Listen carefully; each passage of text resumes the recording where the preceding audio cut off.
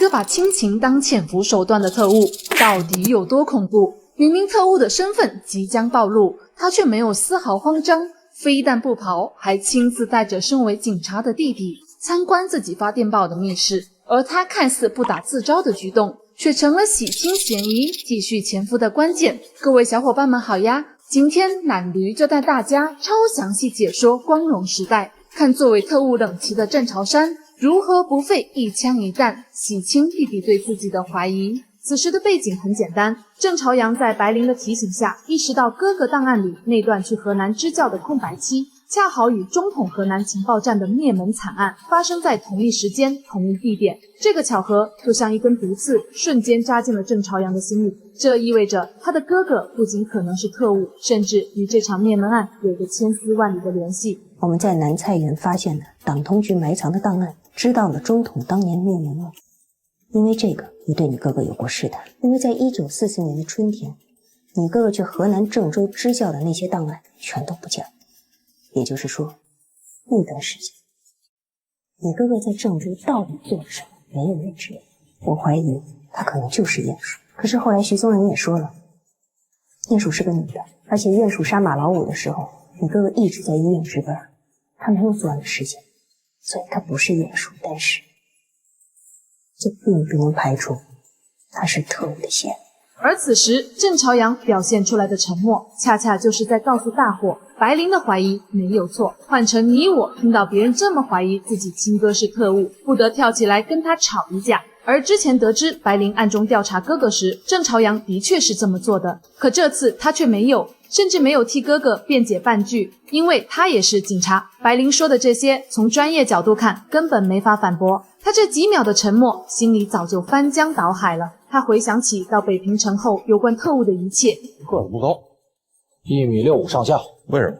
从距离上看，如果是高个子被摔出去，不会只砸坏桌子，吊灯上的灯泡会被踢碎。从万灵生脖子上刀口的位置推断，凶手身高应该在1.75米左右。您那么宝贝一双鞋，说扔就得扔啊？沾上狗屎了。说那个金城咖啡馆有个店员是特务，叫袁硕。我是去喝咖啡，也不是去相亲啊。这个刀口和这俩差不多。你说这个为什么是干什么呢？魏孝杰啊，郑州圣婴教会医院的院长。那您跟他们院长熟吗？你说的是魏院长吧？他死了，被人杀了。他这人出事啊，都是在我的意料之中。医院所有的档案跟卷宗都不见了，圣婴教会医院被毁，可能不是因为战争，而是国民党刻意要摧毁。越想他的脸色就越难看，因为无独有偶，几乎所有事情都有他哥哥存在的影子。见哥哥不在家，他便偷偷溜进了书房。他此刻的每一个动作都写满了试探和挣扎。他不是在搜查一个普通的罪犯，他是在验证一个可能颠覆自己人生的猜想。直到他挪开书柜，发现了一扇暗门。当他推开门，看到那条通往未知的黑暗阶梯时，他内心一整个大震惊。要知道，在刚解放的北平，家里藏着一个密室，十有八九就是潜伏特务的铁证。他小心翼翼地走下去，可他没注意到布满灰尘的台阶上留下了他致命的脚印。就在他拿出打火机准备一探究竟时，外面传来了开门的声音。此刻全剧最高能的心理博弈开始了。咱们注意看郑朝山这个潜伏特务的第一反应，他先是看向弟弟身旁来不及关紧的柜门，他并没有惊慌，而是平静地问了一句：朝阳，你干嘛呢？这句看似家常的问话，就是一把温柔的手术刀。他不是在质问，他想看看他弟弟这只闯进来的小白鼠在突然受惊的情况下会有什么反应。而此时郑朝阳心脏狂跳，明明他才是警察，但此时更像一个小偷。他只能强装镇定，说了个谎，说在找一本关于军刀的书。但郑朝山只是笑了笑，慢悠悠地补了一刀。那本书上次我们是在客厅里看的。一句话，谎言被瞬间戳破。郑朝阳的内心已然上了高速，他只能假装尴尬，落荒而逃。而弟弟一走，郑朝山脸上的笑容立马就没了。他走进密室，一眼就看见了台阶上那个不属于自己的脚印，他脸色极为难看。郑朝山心里清楚，弟弟已经怀疑自己了，而且已经发现了密室。只是这半截楼梯的脚印让他突然有种束手无策，因为他不知道弟弟究竟是看到了密室的全貌，还是刚走到台阶的一半就被自己突然回来的声音打断了。而面对可能已经暴露的风险，他做出了一个你绝对想不到的举动。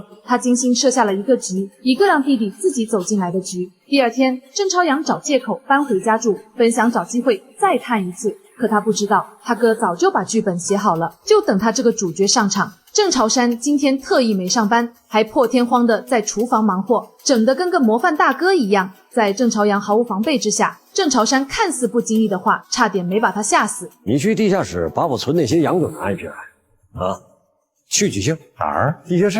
什么地下室？你昨天下午不是去过吗？找书的时候。你怎么知道我去过？我不知道，是你告诉我。我告诉您什么了？你去过吗？我去过。你去，赶紧把酒拿来。白兰地。郑朝山说的每句话都是经过深思熟虑的，他把一个见不得光的特务密室说成了一个全家都知道的地下室，然后反过来怪你，是你自己忘了。而郑朝阳明显被打乱了计划，面对如此坦荡的哥哥，他也直言自己昨天才走了一半，找不到灯就上去了。听后，郑朝山明显松了一口气，既然没看到全貌，那他就好好带他欣赏欣赏，顺便洗清一下自己的嫌疑。很快，郑朝山带着彻底傻眼的弟弟，光明正大的打开了密室，但里面的景象却让郑朝阳再次惊呆了。您什么时候挖了这么一个洞啊？咱爸挖的，我也不知道什么时候。这里根本没有电台和密码本，全是老爹留下的古董，充满了温馨的家庭回忆。咱爸的照相机，我们小的时候，他是不是用这台照相机给我们拍过照片？没少拍。